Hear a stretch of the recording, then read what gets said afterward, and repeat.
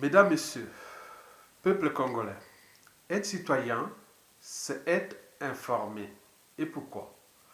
Parce que l'ignorance est la pire des souffrances. Le savoir et la connaissance vous libèrent. Pour info, la maison France-Afrique panique en Afrique et notamment en Afrique francophone. C'est pour cela que j'invite les uns et les autres à m'accompagner dans la réflexion concernant la fin de règne de la dictature de Denis Sassou Nguesso. Pour ce faire, je vais devoir vous faire un peu de pédagogie sur l'autel de l'interprétation des feux signalétiques. Quand vous arrivez à un rond-point, en ville bien sûr, vous avez le feu vert, le feu orange et le feu rouge. Donc quand vous avez le feu vert, c'est passage, passez, passez, passez. Feu orange, attention. Et le feu rouge, stop. Parce que si vous passez au feu rouge, risque d'accident. Dans le cas de la dictature de Denis Sassou Nguesso, le feu vert en cours, ou le feu vert qui est en cours, signifie que Sassou Nguesso tient encore tête contre le peuple congolais et ce pays. Donc, quelque part, il reste indéboulonnable. C'est-à-dire, malgré la situation politique, économique, sociale, humanitaire et écologique catastrophique, il est encore là, indéboulonnable. Mais pourquoi il a encore ce feu vert? Pourquoi reste-t-il indéboulonnable? C'est ce que je vais vous expliquer. Le feu orange, c'est que, bon, ben, bien entendu, le feu orange, c'est danger. Mais vous savez que le régime des Sassou Nguesso, en apparence, c'est serein. Mais en aparté, il ne sait plus distinguer le vrai du faux. Le régime politique tyrannique de Denis Sassou Nguesso tremble, panique. Donc, il sait que les rapports de force sont en train de se retourner contre lui. Il est en danger. Le feu orange que je vais vous en parler. Et enfin, le feu rouge, qui est inévitable, ça sera la chute. Je vous l'ai dit que la chute de Sassou Nguesso sera imprévisible. Mais cette chute est déjà inévitable. Ce n'est pas parce que toute dictature a durée de vie limitée que toute chose a un début et une fin. On le sait. Mais la chute de Denis Sassou Nguesso sera inévitable, brutale, tragédique, et beaucoup de choses vont se passer dans ce sens. Et c'est ce que je vais vous expliquer par la suite. Cependant, avant de faire ce décryptage sur la situation de la France-Afrique au Congo-Brazzaville et de la fin des règnes de Denis Sassou Nguesso, je vais devoir vous informer le pourquoi. Je n'ai pas été présent sur cette chaîne, ma chaîne-là, depuis des semaines. Depuis des semaines, c'est-à-dire depuis le 13 mai 2021 jusqu'à nos jours au 27 mai 2021. C'est-à-dire depuis 14 jours.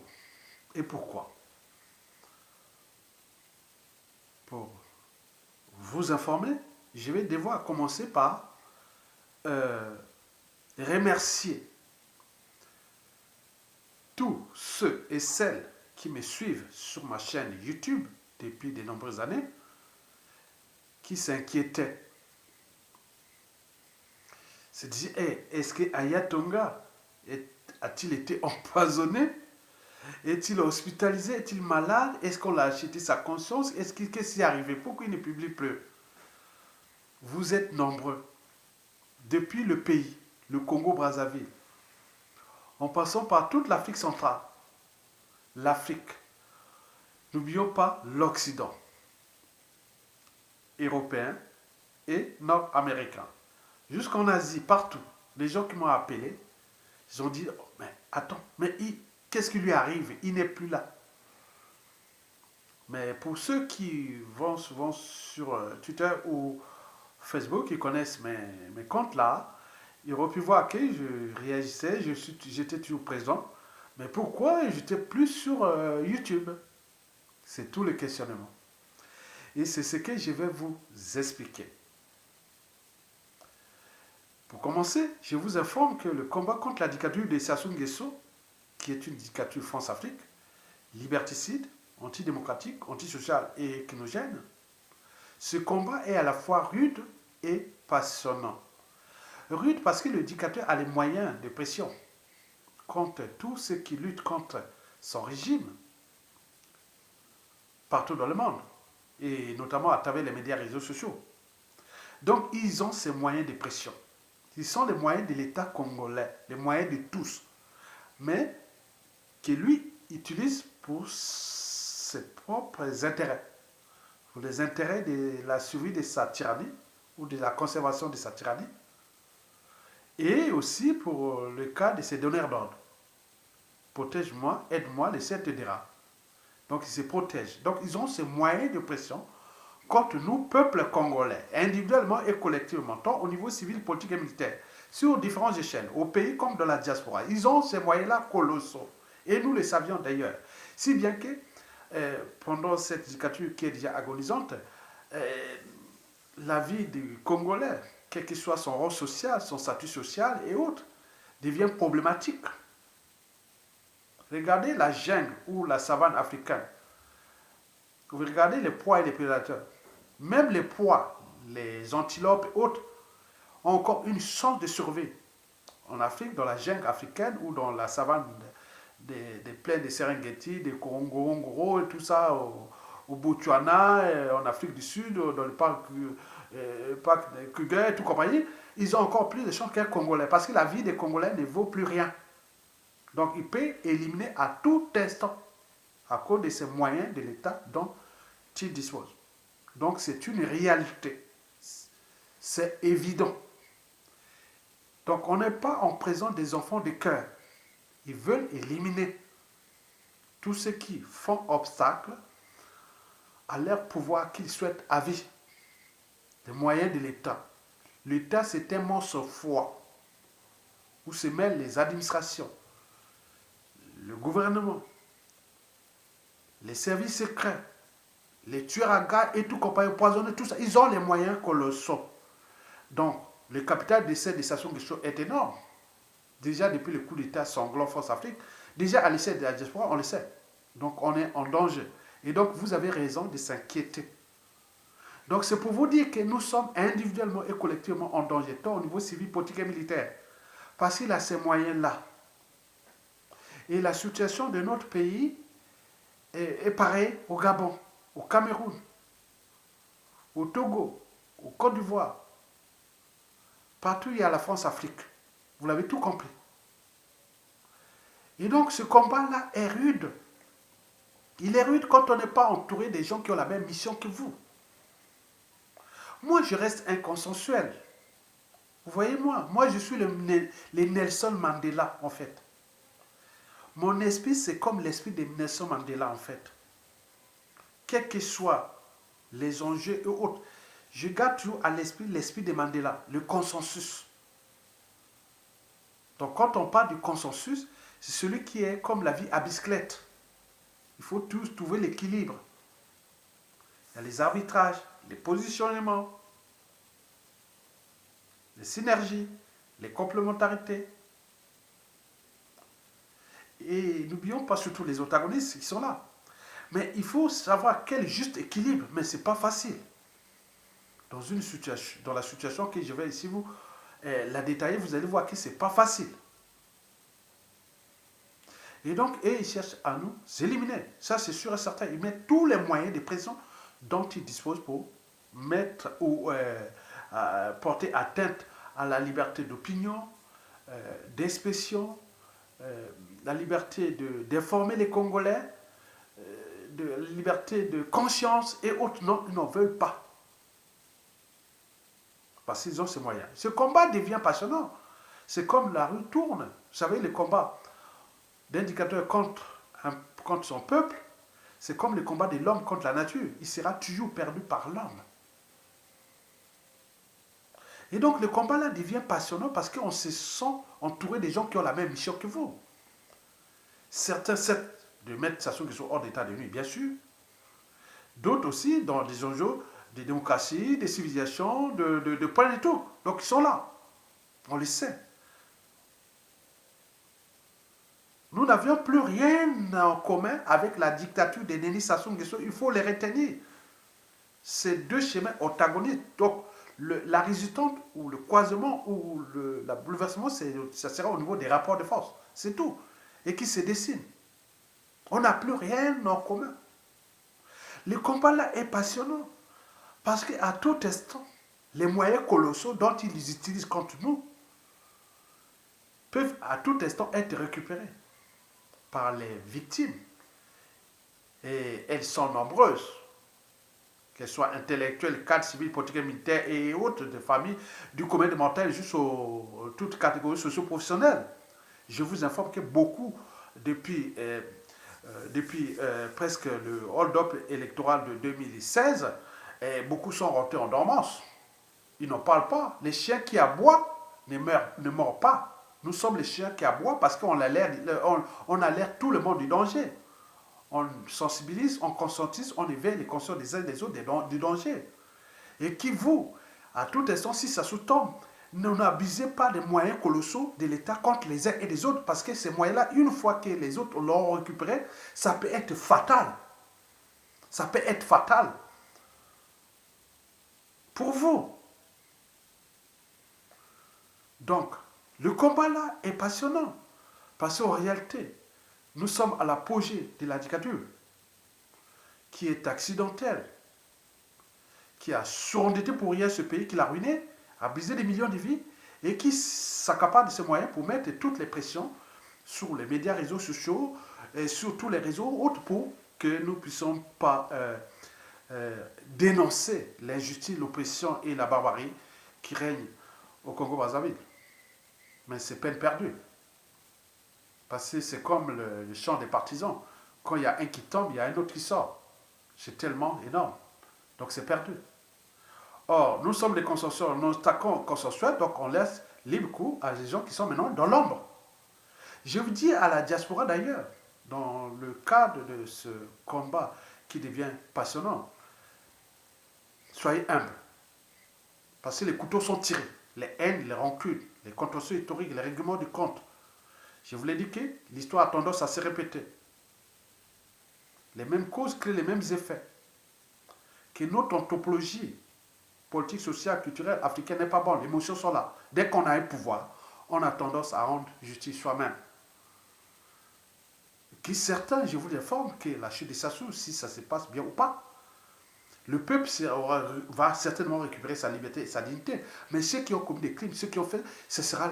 Non, mais je vous dis sincèrement, ce qui se passe dans l'ombre, dans les administrations. Et quand tu dis, attends, vous savez, les services... Non, mais c'est des moyens de l'État. Moyens de tous. Donc l'enjeu des uns et des autres n'est plus de râler, ni d'invectiver, ni de diviser. Autres. Les gens sont dans l'ombre. Ils cherchent à récupérer ces moyens.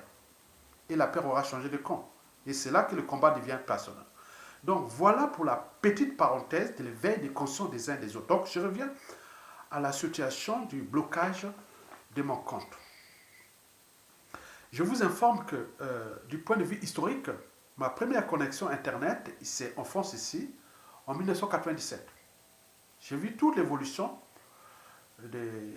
d'Internet. Déjà, Google qui a été créé en 1998, hein, vous voyez Google de 1998 jusqu'à 2002, bon, c'était comme les trucs d'amateurs, hein, personne ne connaissait en France ici. Hein. Moi, la première connexion Internet sur Google, C'était un Arménien, il s'appelait Michel Mouradian, et on était à côté des Champs-Élysées. Hein, donc on faisait les colonnes Maurice sur les publicités, sur les hôtels et autres. Donc il était là, il m'a monté, Isidore, viens voir les trucs de Google. J'ai dit non, mais quelle est la différence? Il dit non, la différence, c'est pas, tu ne vas plus écrire papa, mais tu écris seulement un mot-clé. Donc on a fait à l'époque, et donc on ne trouvait pas encore. Donc la base de données, tout ça, n'était pas encore là. Donc après, euh, euh, Général 2000, il y a monté en puissance de ce qu'on appelle les mails. Hein, il y avait des petits trucs comme ça. Et après, bon, ben, il y a eu la première crise Internet de 2002 à 2004. C'est-à-dire, c'était surtout au niveau des data centers, c'est-à-dire l'industrialisation de l'Internet. Donc la demande était forte, même si en France, jusqu'en 2004, il n'y en avait que 20, 25% ou 30% des Français qui étaient connectés sur Internet, qui savaient Internet. Il n'y en avait pas. Mais tout était là. Mais lui, j'étais déjà là. Et après, après la première crise Internet de 2002, hein, 2002 à 2004, hein, arrêté 2 ans à peu près. Hein. Donc, les gens disaient, oh oui, c'est n'importe quoi, Internet, tout ça. Donc, on était là, donc ils en doutaient.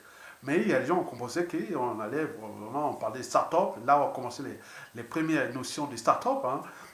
Donc, on était là, moi j'étais là. Hein, voilà. Donc, puis après cette industrialisation d'Internet, c'est-à-dire la montée en puissance comment on appelle ça, des data centers, c'est-à-dire les serveurs énormes pour stocker, hein, c'est comme une maison. Et si vous voulez une maison de 100 mètres carrés, et si vous en amenez 1000 personnes, on ne peut pas contenir 1000 personnes. Donc pour avoir 1000 personnes dans une maison, là, il faut augmenter le volume. Donc le volume, c'est les data centers, c'est-à-dire, donc on a rentré cette phase de 2002 à 2004, il y a eu la fin de l'industrialisation d'Internet. Donc on a fait tous ces choses-là. Voilà. À partir de 2005 arrive Facebook. Et en 2006, j'avais créé un compte Facebook. Déjà, j'étais là. Donc on parlait. Bon. Au moment où j'ai officialisé mon compte Facebook en 2007, on était à 250 000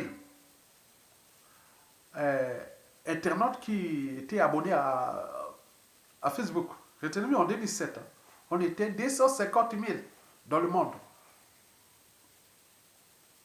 Aujourd'hui, c'est des milliards. Vous savez, donc le compte Facebook, là, il est depuis 2007.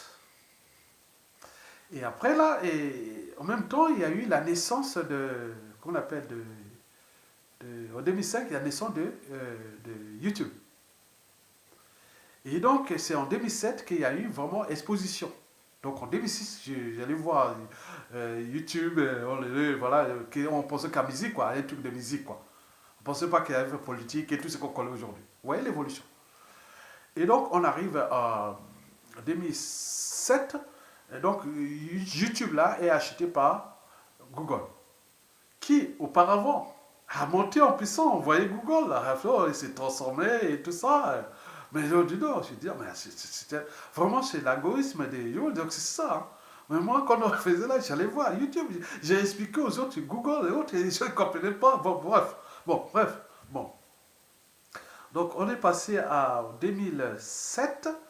Donc, YouTube est acheté par Google à un milliard. Ça fait un événement énorme. Donc là, c'est comme on passe de civilisation au web 1.0. C'était le début du web 2.0. Montée en puissance des médias et réseaux sociaux. Donc après, il y a eu même 2007, là, la création de Twitter. Donc mon compte là, je l'ai officialisé de YouTube là en 2008. Mais ce compte là était qu'un compte où au départ, je mettais les photos, les images de la famille et autres. Voilà. Non, dès 2009, non, ça devient, j'ai compris les trucs là. J'étais en avant sur Internet, souvent des données personnelles et tout compagnie. Donc, j'ai appris ça. Mais je vendais des produits, mes propres produits Internet et sur ce compte là, que vous voyez là, jusqu'en 2014, à peu près. Ce n'est qu'en 2015 que j'ai positionné, j'ai enlevé tous les trucs là et que j'ai donné sur un autre compte là-bas, quelque part, vous ne le connaissez pas. J'ai mis maintenant ça sur le compte Isidore Ayatonga depuis 2015. C'était le conseil de Sandy Tamatama. Il dit non, Aya, tu écris beaucoup de trucs sur tes blogs, tes forums, sur tout ça, mais pourquoi ne pas mettre aussi des vidéos? Parce que les Congolais ne lisent pas, ils veulent écouter seulement les vidéos et tu donnes des contenus énormes. Donc va sur... non, donc c'est là que j'ai commencé à faire ces vidéos-là, hein, en 2000, pour le cas du Congo-Brazzaville, pour le code de la dictature, officiellement, en 2015. Mais le combat contre la dictature, je le faisais déjà sur mon forum à partir de 2008. Hein. Vous voyez vos forums là où je partageais les vidéos YouTube avec la rumba là et tout ça. Les gens venaient voir à tout ça. Je leur faisais la pub de YouTube. Et donc, j'ai tuteur 2007. Et donc, j'ai commencé à critiquer aussi là. Donc, mon compte a été bloqué en 2010, que j'ai critiqué Sassou. Et à partir de là, je les appelle jusqu'en 2014.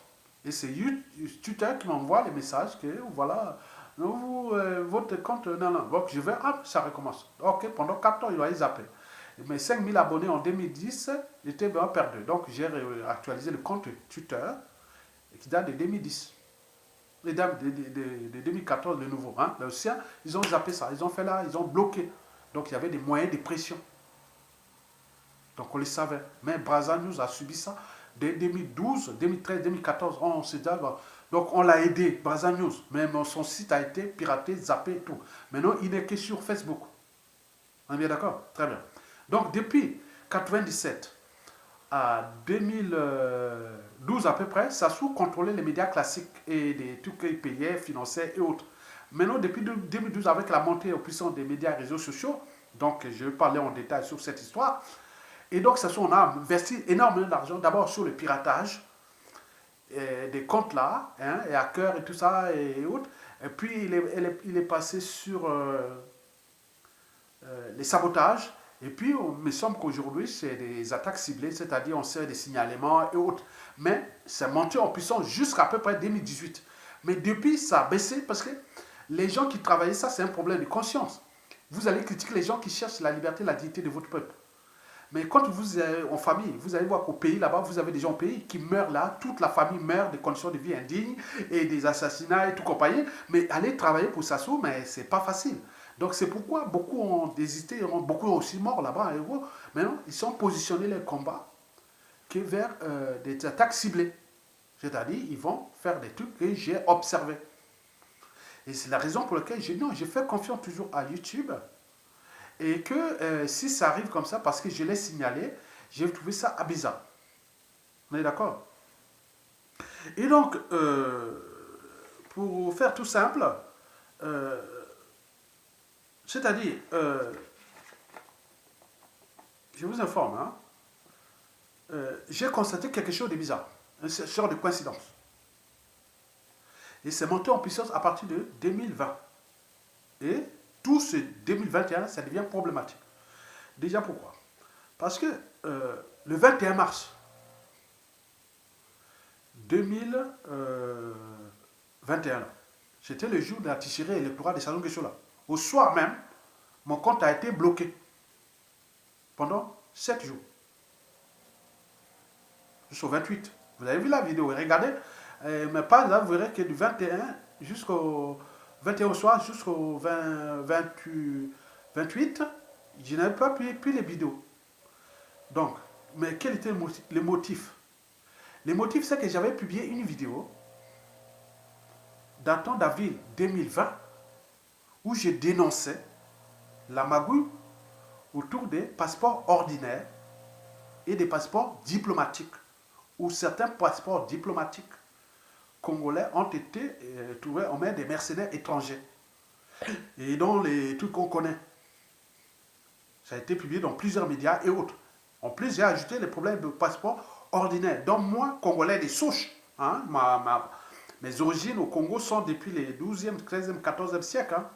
On peut voir, hein, ils sont là-bas, on les connaît. Donc, je suis là. Donc moi, Congolais des souches, on me prive de passeport. Donc on râlait sur ça. Donc ça n'a pas plu auparavant. Cette vidéo a été signalée pour non-respect des règles communautaires. Donc j'ai été bloqué pour ça. Une vidéo qui a été vue à plus de 3000 ou 5000 vues et qui, 97% des 9 Congolais sur Internet, sur 10, a aimé ça. Et tout était possible. Mais pourquoi dérange-t-il? étant donné que mes internautes sont majoritairement des Africains, des Congolais et autres, toutes sortes. Donc, il n'y a un souci. Bon, j'ai obtempéré, j'ai fait confiance à YouTube. Il m'a donné une réponse, que malgré ça, il y a eu ça, ça, ça. La communauté, je ne sais pas quelle communauté, puisque cette problématique touche moi-même et tous les autres. Et ça a été publié dans plusieurs médias et autres. Le problème des passeports ordinaires congolais, tenant compte de la note de la CMAS, que je vous ai publié dans d'autres vidéos, et des plein de trucs. Mais non, ça ne te passait pas. Ils ont bloqué 7 jours, pendant les hold-up électoraux. Quelle coïncidence! On est bien d'accord? Donc, je vous l'ai dit que pour connaître la nature d'un régime tyrannique, ou comprendre la nature d'un régime tyrannique, il faut connaître ses moyens de pression. Et donc, moi, j'ai vu là, j'ai dit, oh, mais c'est bizarre ça. Ce qui touche moi-même, je suis victime de ça. Et qu'à tout instant, même Mokoko, si avait pris le pouvoir en 2016, si on n'a pas emprisonné, on sera là peut-être là. Donc, j'ai pensé plusieurs fois, j'ai dit, non, c'est pas grave, 7 jours, bloqué. Donc, tout ce qui était les postes hold-up, assassinat de Guy Parfait, Kolela et tout compagnie, j'ai attendu 7 jours. Et j'ai fait au retour de ces 7 jours, j'ai dit quelle leçon à tirer de l'assassinat de Guy Parfait Kolela, qui a fait beaucoup de visualités. Hein? De 10 000, 11 000, voilà, vous connaissez. Donc, en vrai, c'est pas. Le 13 mai dernier, 2021, au soir toujours, après la nomination de le premier ministre Anatole Kounou, j'avais fait une vidéo, heureusement le matin tôt avant de. Voilà. Et le soir, bloqué, jusqu'à aujourd'hui, 14 jours. Puisque quand on fait une, des fois ça s'accumule. Je dis non, mais c'est pas possible. C'est quoi cette affaire? Non, c'est une vidéo que tu as publiée, des vidéos de. En fait, c'est une vidéo que j'ai publiée de Roland Nitou. Vous savez, son compte a été saboté, hein, Internet, mais pour la solidarité anti-résistant. Hein, la vidéo, quand Roland Nitou n'est plus que sur Facebook. Et donc, j'ai vu cette vidéo qui a été partagée par moi, Bernard Pongui, et tout le monde en a coupé cette vidéo, on a partagé tout. Mais c'est la mienne qui a été déclarée non-respect des règles de la communauté. J'ai répondu à YouTube que voilà ma vidéo, bien sûr que vous avez dit que ça ne respecte pas les règles de communauté, où c'était écrit Roland Nitou éveille la conscience des Sassou Nguesso face à ces crimes de masse et nana. Bon, très bien. Mais la vidéo est là chez Bernard Pongui, elle est ceci, mais les autres n'ont pas retiré. Pourquoi que moi? Donc, c'est tous les questionnements. Je l'ai dit que je fais confiance 100% à YouTube. Mais je vous informe que dans cette vidéo-là, dans cette suppression qui vient de se terminer aujourd'hui, YouTube n'a jamais donné les raisons pour lesquelles, ou dire non, voilà, non, c'est resté en moi. Bon, vous savez, ces trucs-là dans les services internes, peut-être qu'ils doivent enquêter là-bas, qu'il y a eu peut-être des signalements abusifs, parce que pour être non-respect des règles communautaires, pour la YouTube, quoi, tout ce qui est homophobie, racisme, haine et autres, il n'y avait rien. Roland Nitou signalait simplement que voilà ce qui se passe des Sassou Nguesso au Congo, l'injustice, l'oppression et la barbarie, qu'elle surtout citoyen partout dans le monde. Non, mais pourquoi moi en publiant ça, on me bloque, mais d'autres qui ont publié, ça n'a pas bougé. Donc, c'est tout le questionnement. Est-ce qu'il y a une action ciblée et autre? Donc, moi, je reviens, et donc je fais confiance à YouTube. Parce que historiquement, les médias se sont toujours additionnés. Il y a eu d'autres qui sont tombés, d'autres sont montés plus haut parce qu'on peut atteindre les gigantismes. Mais il arrive qu'on ne sait jamais. Mais c'était un problème d'image et autres. Donc, des gens qui sont combattre les tyrannies dans des environnements qui vont devenir des environnements émergents. Parce que l'Afrique, je vous l'ai dit que l'avenir de l'Afrique, le passé, le présent qu'on ignore, bien sûr, que les Africains vont être de plus en plus éclairés, que la fin du 21e siècle sera africain. Et tout le 22e siècle sera africain. Non seulement à cause de nos ressources, mais surtout, nous sommes de plus en plus éveillés et nous avons les diasporas partout dans le monde et les technologies sont disponibles et les bouleversements en cours vont encourager ça. Donc nous sommes dans les maillons de cette évolution. Donc j'ai dit non mais écoutez, qu'est-ce qui se passe? Voilà pour la petite histoire de ce blocage. Donc moi, je n'ai pas cherché midi à 14h. Hein. j'ai mis tout ce qui était... où je mettais les musiques africaines, ou des trucs comme ça, je mettais les liens avec mes vidéos avec les liens avec la musique, qu'ils soit européenne, africaine ou autre, où les gens, voilà, pour la fin de la vidéo, je mettais un peu de musique, ou au début, autre. Bon, on signalait ça, et ils étaient là, mais j'ai tout supprimé ces vidéos-là. J'ai tout supprimé, il n'y a que moi, demain je vais supprimer ça. Donc, vous vous imaginez. Donc, c'est une situation que vous, quand je parle là, il faut liker. Dès que celui qui écoute cette vidéo, il faut liker. Ça fait passer l'algorithme de YouTube.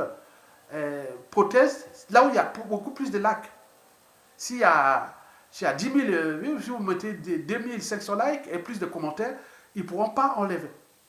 Mais les vidéos qui ont été enlevées, moi enlevées ou on litige, tous, il y a eu 95% des Congolais qui ont aimé, des internautes qui ont aimé ça. Mais quant au like, bon, ça pouvait arriver 20, 30, 40, 50, hein, les gens ont écouté, voilà. Mais likez maintenant. Vous savez que pour protéger ceux qui luttent pour la liberté, la dignité du Congolais, de l'Afrique et de la communauté et tout compagnie, de l'humanité, du monde, donc il faut liker. Donc je demande si vous venez là, liker, pour faire les rapports de force, ce qui aiment ou n'aiment pas. Je ne vous impose pas d'aimer cette vidéo. Vous devez voir en vos âmes et conscience, dis non, voilà, c'est très important.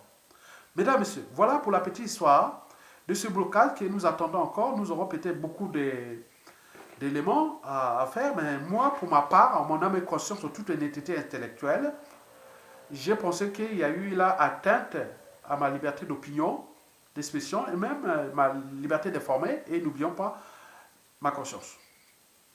Mesdames, Messieurs, peuple congolais, ceci dit, alors, la question que je vous ai posée tout à l'heure concerne la France-Afrique en panique totale. La France-Afrique panique. Quand la France-Afrique panique, ça veut dire que les dictateurs, France-Afrique aussi, eux, paniquent.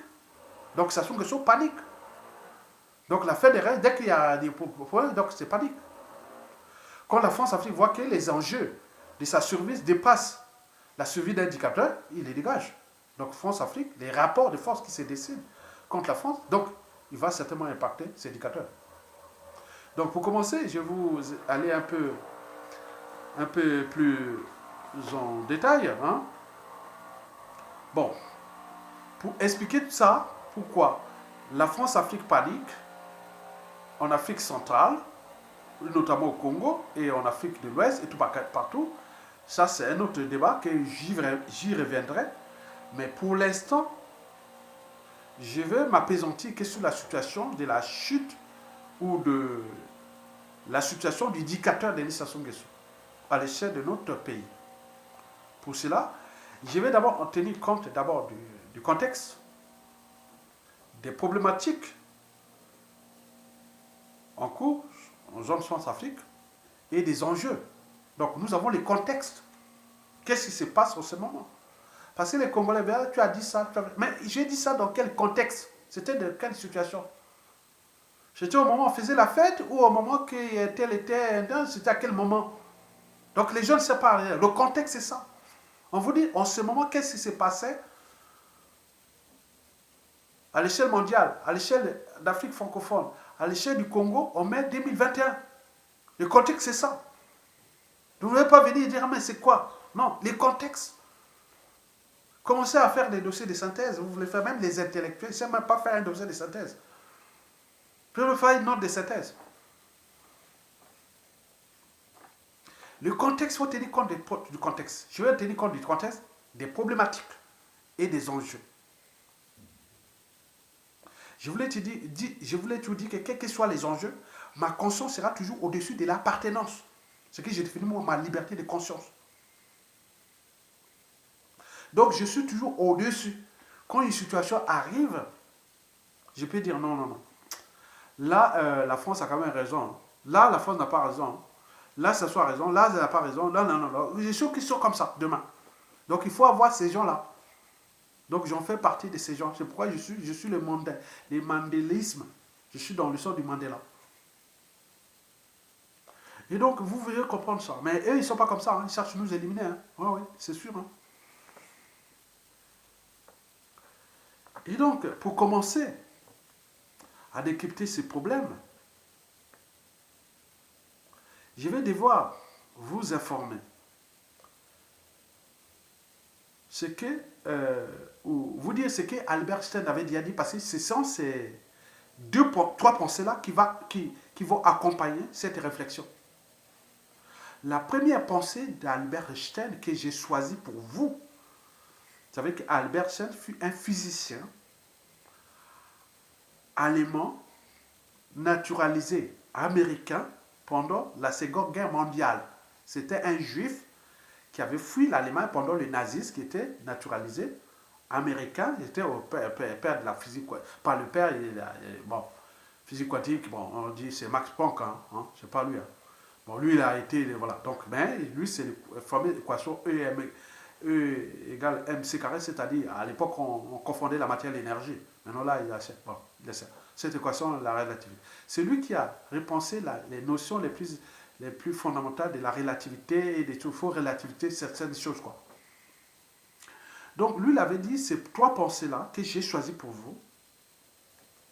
La première pensée qu'il avait dit, que j'ai interprétée moi, c'est qu'il avait dit que le point commun entre la bêtise humaine et l'univers, c'est que tous deux sont infinis. Tous deux sont infinis. Quoique, Albert Einstein n'avait pas acquis la certitude absolue en ce qui concernait l'univers. Mais pour la bêtise humaine, il en avait acquis la certitude absolue. La certitude absolue, la bêtise humaine, elle est universelle et immuable. Ça touche tout le monde et partout. Et ça n'a jamais changé.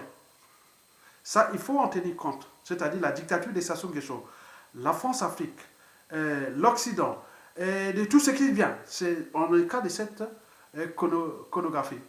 C'est-à-dire la répartition géographique des cons dans le monde. Vous savez que dans toute race, couche sociale confondue, et couche sociale confondue, du clochard au milliardaire, la proportion des cons est la même partout. Règle universelle. Donc chaque jour qui passe, il faut sans cesse déjouer la bêtise des uns et des autres. On est bien d'accord? Ça, c'est le premier principe que vous allez accompagner ma vidéo. C'est cette pensée. Deuxième pensée, que le monde ne sera pas détruit par ceux qui font le mal, mais par ceux qui les regardent faire sans rien faire. Parce que ceux qui font le mal ne sont pas nombreux. Mais par contre, ceux qui les regardent faire sont nombreux. Donc c'est un cas de prise de conscience universelle. La troisième et dernière pensée que j'ai choisie pour accompagner cette vidéo, c'est la vie à bicyclette. Albert Einstein avait dit que la vie, c'est comme, c'est comme la vie à bicyclette, quoi. Pour garder l'équilibre, il faut pédaler. Si vous ne pédalez pas, vous tombez. Mettez vos vélos. Si vous ne pédalez pas, voilà. Donc, le pédaler, c'est avancer, avancer, avancer. Donc, c'est ça que je vais accompagner là, que nous aurons l'occasion de continuer le débat. Bon, pourvu que les officines qui travaillent pour le compte de ces signalements ne prennent pas le contrôle pour supprimer ce compte, quoi. Bon, on ne sait jamais. Mais j'ai alerté Facebook, ils sont au courant. Bon.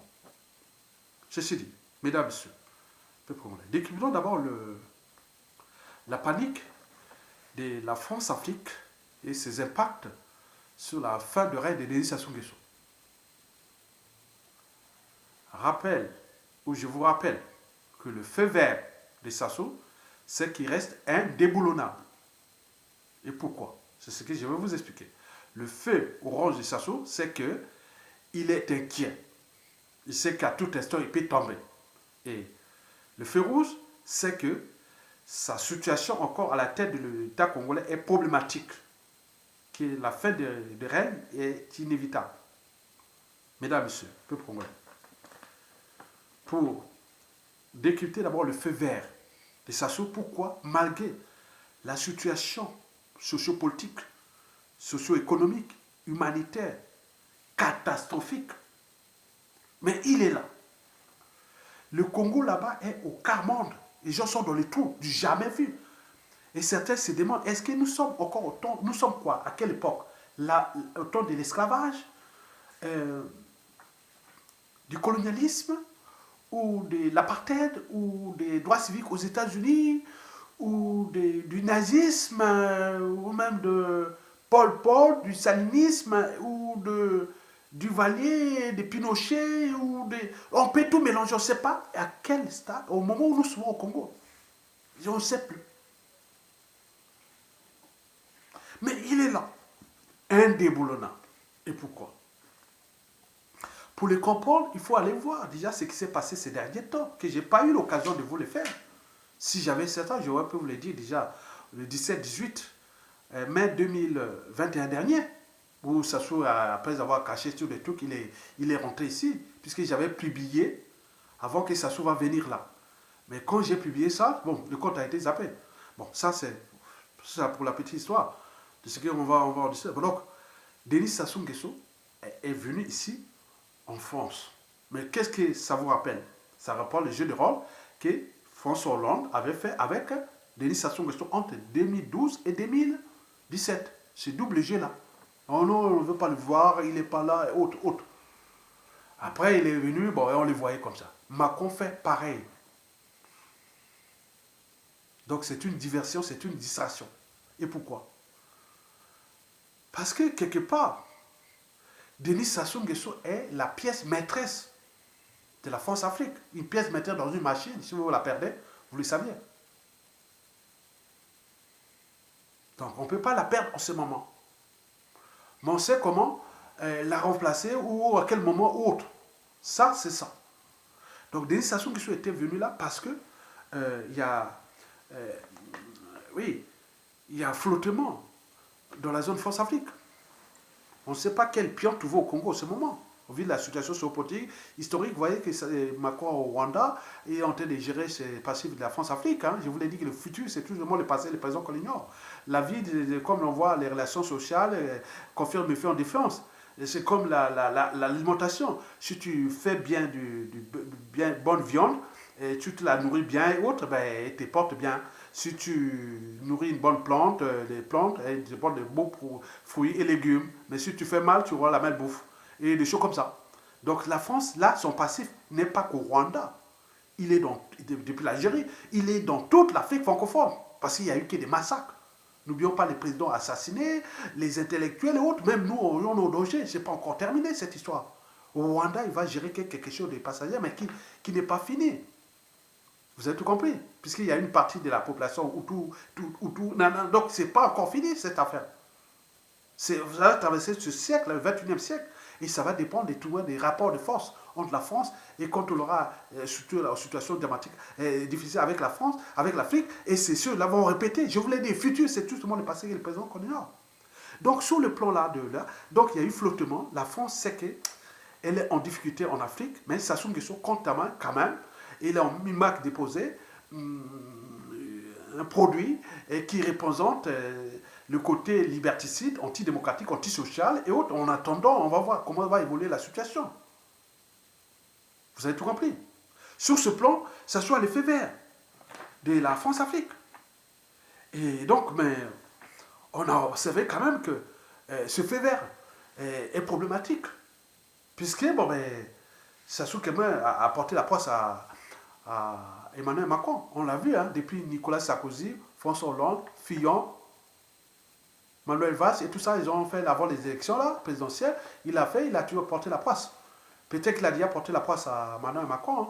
Il ne sera pas réélu. Hein. Nous, on a dit ça, c'est comme une épidémie. Hein. Donc, nous, on le sait bien que Sassou Nguesso est la pièce maîtresse. Donc, on ne peut pas perdre une pièce maîtresse comme ça, mais elle est là puisque les Congolais, le niveau civil, politique, militaire, ne peuvent pas prendre les responsabilités parce que le système est fait que, et ils ne pourront pas s'en sortir sans qu'il y ait une puissance dessus ou un enjeu autre. Donc, on le sait. Mesdames, Messieurs, le fait orange, oui, d'abord, oui, avant d'arriver au fait orange, vous le savez bien que, en termes des stratégies, parce que ce sommet de 17-18 mai 2021 dernier à Paris, l'enjeu était stratégique. Parce que vous avez vu quand même, Emmanuel Macron a conforté les chefs d'État des pays africains hors zone France-Afrique. Et pourquoi? Parce que c'est stratégique. J'y reviendrai. J'y reviendrai. Donc il va conforter les pays hors zone France-Afrique qui ne sont pas le contrôle de la. Mais lui, il vient là parce que ces pays-là qui ne sont pas sous le contrôle de la France-Afrique, mais ils sont sous le contrôle des États-Unis. Donc la France joue là le cheval de Troie, comme le fait aujourd'hui la Russie pour le cas de l'Eurasie. La France joue le cheval de Troie de l'Occident, américain, européen et autres, dans des milieux qui sont déjà hostiles, en défiance et autres, puisque l'Occident n'a apporté là-bas que insécurité, ingérence, désordre et autres, que les réseaux eurasiens représentés par la Chine et vous comprenez, ils veulent remettre qu'on va vous protéger, on va faire les affaires, mais on veut se décoloniser et autres. Donc il y a tous les enjeux là. La vidéo est longue, mais je vais aller parce qu'il ne faut pas que ça soit. On y reviendra sur cette situation. Donc l'enjeu est là. Donc Macron aujourd'hui joue le VRP de l'Occident sous le feu vert américain, sous la administration de Joe Biden, qui n'aurait pas pu faire sous la administration de Donald Trump. Donc on voit bien les enjeux qui sont là. Et la Russie, bien sûr, il va jouer le jeu du cheval de Troie, l'Eurasie, de la Chine, sous couverture que nous, on va vous apporter la sécurité, la décolonisation, et on va faire l'économie, on va faire tout, mais c'est ça qui passe bien en Afrique, mais qui énerve l'Occident nord-américain et autres, donc on est au cœur d'une guerre froide. On est bien d'accord? Très bien. Donc, de cette guerre froide-là, de ce feu vert va dire, oh, bon, ça soit on te protège en attendant. Mais le feu orange, comment va-t-il arriver? Je vais un peu vite parce que je ne veux pas que ça aurait pu arriver dans une conférence, voilà. Bon, le feu orange, on dirait, ça soit à faire attention. Parce que les intérêts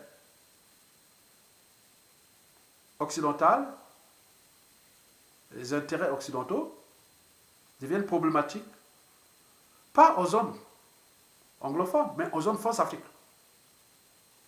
Donc il arrivera que les États-Unis, en fonction de ces rapports de force, vont dire à la France, allez, dégage, tes gars là, parce que c'est comme les obligations. Hein. Vous voyez les obligations.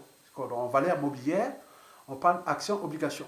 Les obligations, c'est ces emprunts qu'on peut donner à les États ou les entreprises et autres, je les dirais, les durées, voilà. Mais dans les obligations, il faut aller voir le contenu de l'obligation, qu'on appelle en unité de compte. Et donc, dans cette obligation occidentale, dont la France est le cheval de Troie, la France-Afrique est un produit toxique. Dans une obligation, il peut y avoir des produits toxiques. Donc, tu peux acheter, faire une obligation dans un truc où c'est toxique.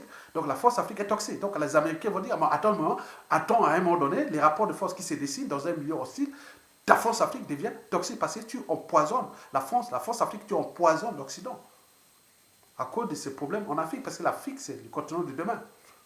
Donc, vous voyez ces gens-là que je vais revenir.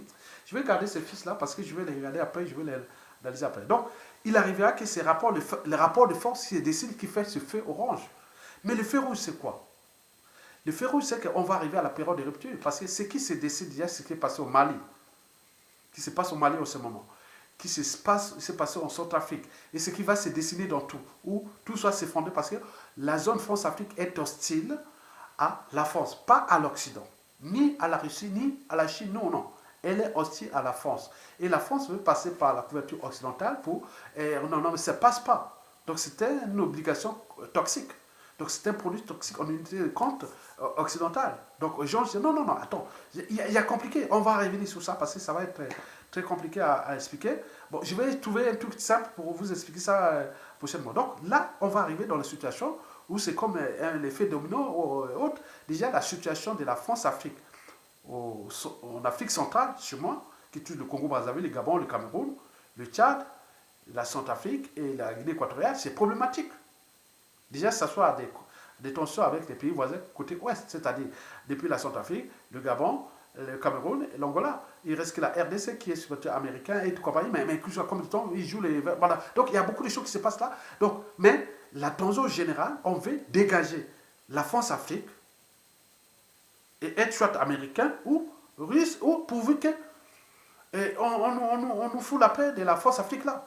Donc les Africains ne sont pas contre l'Occident, ni contre les États-Unis, bien au contraire, ni contre la Chine, ni non.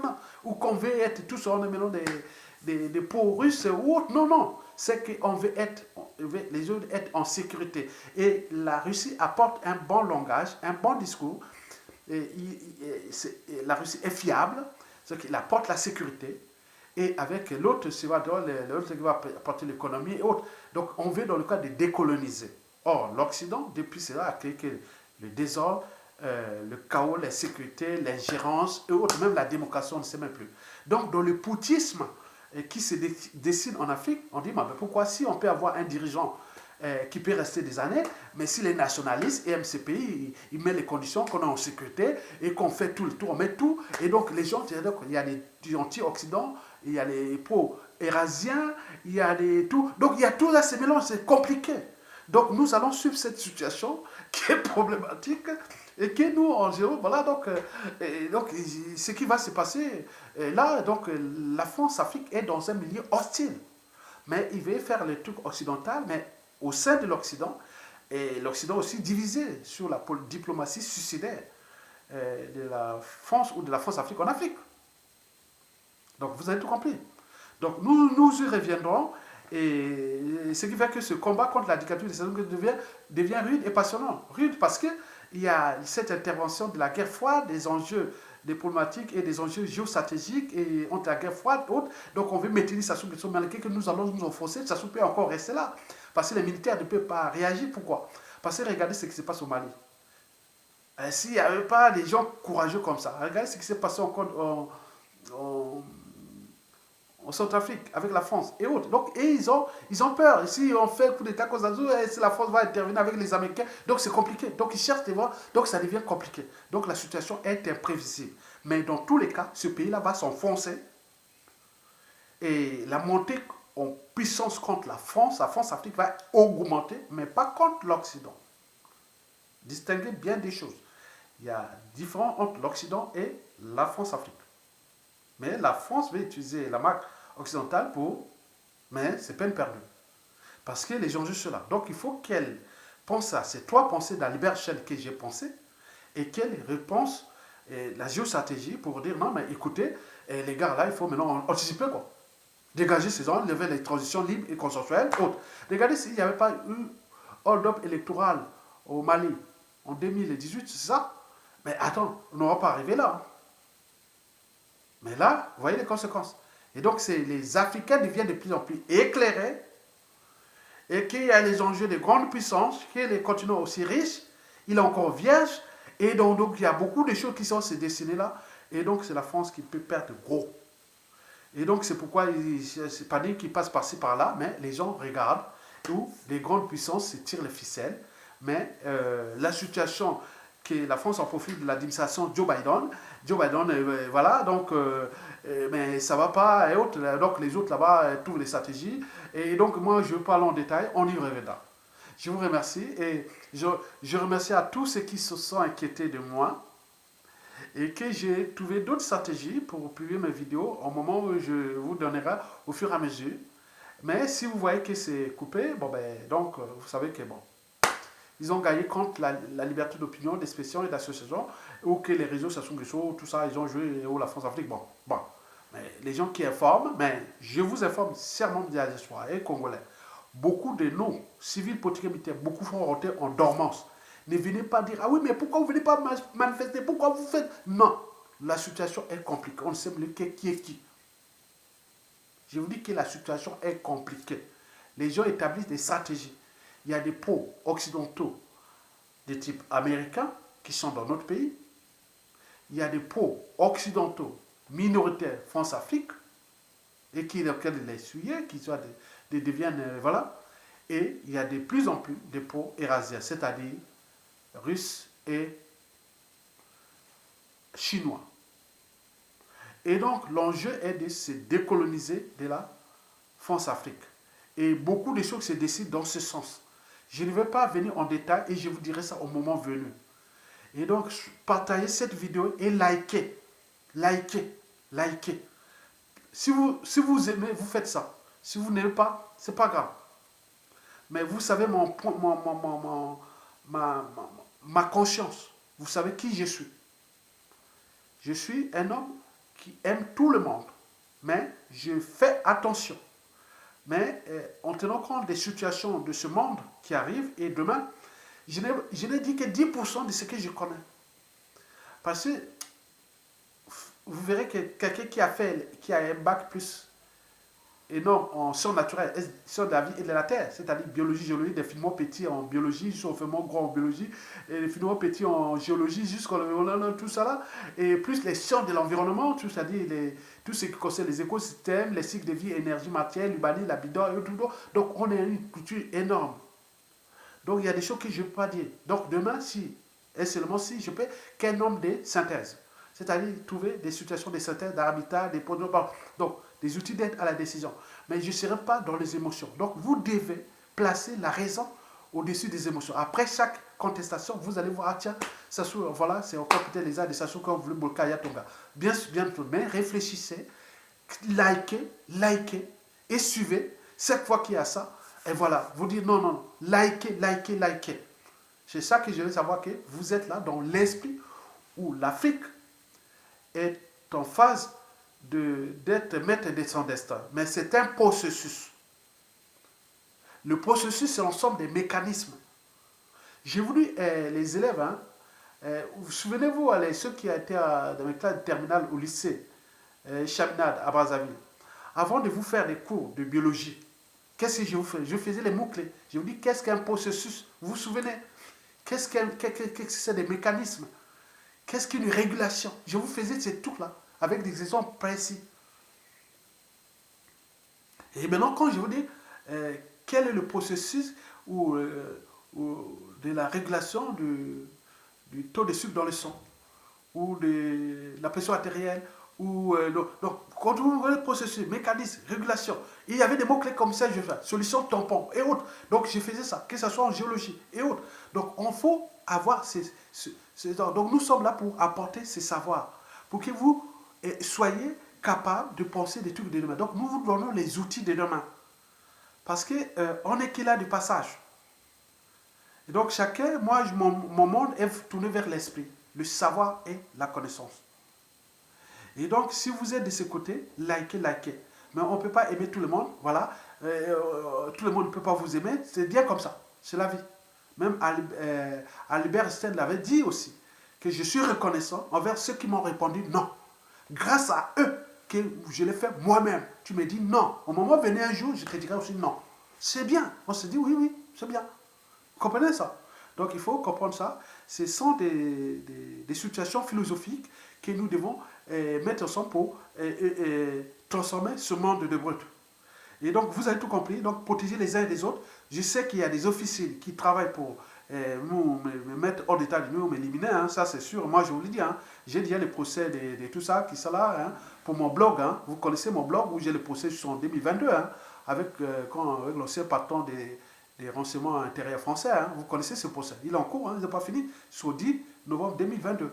Il y a eu beaucoup de trucs comme ça. Donc, on n'est pas, alors qu'on n'a jamais été dans ces pouvoirs, on n'est qu'un gars comme on voit en France, en Occident, un individu normal. Mais nous, on veut nous éliminer. Donc, on comprend la situation de la France-Afrique, elle est là. Ce qui fait qu'elle est en difficulté. Elle est en difficulté parce que le climat de méfiance et défiance est total. Parce que la France-Afrique, tout le monde comprend qu'elle est liberticide, elle est antidémocratique, elle est antisociale et criminelle. Donc tout le monde est en danger dans toute l'Afrique face à la France-Afrique. Et donc nous cherchons des solutions de synthèse pour que nous puissions avancer, vraiment avancer, quels que soient les enjeux. Parce que les puissances économiques, c'est comme les saisons, hein, hiver, l'été, les nanana. Hein. Donc on comprend, l'histoire est là. Donc moi je connais cette histoire-là, de la civilisation. Depuis l'avènement de la civilisation, quand ça a commencé, depuis 10 000 ans, avant Jésus-Christ jusqu'à nos jours. Je connais vraiment ça. En plein du temps, on peut voir les choses. Donc nous sommes des cerveaux, on apprend. On apprend tous les jours. J'apprends tout le monde. J'écoute les vidéos des uns et des autres, les RFA. Je suis vraiment, j'aime ça. Ce que je déteste, être entouré de bêtes. J'aime entourer des femmes ou hommes qui sont intelligents. Vraiment, ça, c'est mon dada. Et celui qui a le sens aussi du vivre ensemble, de l'intérêt général et de ce monde qui se transcende. Parce que nous n'avons nulle part où aller. Nous allons nous mélanger. Je voulais les principes d'utopie. Et ces forces-là, je voulais expliquer. Ce n'est pas les satellites qu'on voit. Non, non, non, non. Non, je vous dis que je veux attendre. Au moment venu, ça se tombe. Ah là là. Je sillonne l'Afrique francophone, ah là là, pour apporter les savoirs et la connaissance. Mais hélas. Merci beaucoup.